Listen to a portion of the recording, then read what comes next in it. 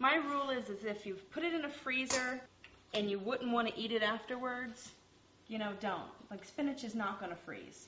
And know that. When you go to the grocery store, you never find fresh frozen spinach like you find in a bag, because it doesn't hold its integrity and it's disgusting. So don't do it to yourself. When I do salads ahead,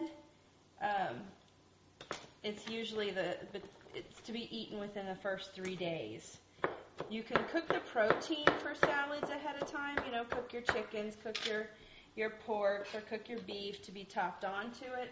But the salad itself, of course, is never going to hold if you make that ahead of time and expect to enjoy it 4 or 5 days later. You're going to have a bag full of, lettuce soup, and it's not going to be edible, and you're going to be very disappointed.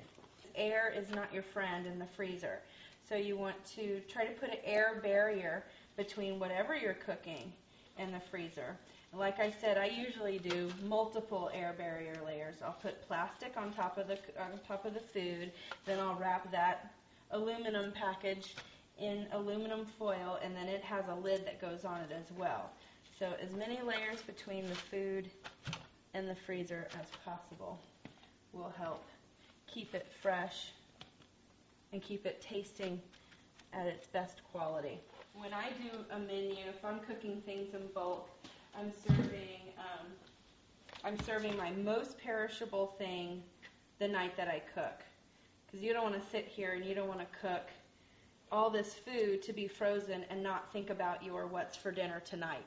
At the end of doing all this food, then you go, oh man, I forgot to leave something out for my tonight's dinner. So the one that you're going to serve your family that evening, that's the one you make your most perishable stuff in, your fresh vegetables and things like that, your salads. Whenever I serve salads to a client, it's either the first or the second day. The only thing that I serve that is fried is baked fried chicken.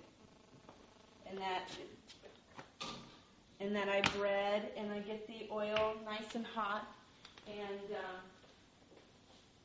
do what's called a par fry, where you're frying it, but what you're really doing is you're just slightly browning the breading, and you're not really cooking the chicken all the way through. And when you do that,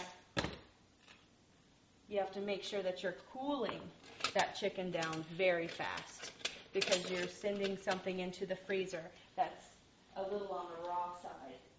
So you have to make sure that you know how to cool food down quickly, and that you're doing that every time, or else you're going to make yourself sick.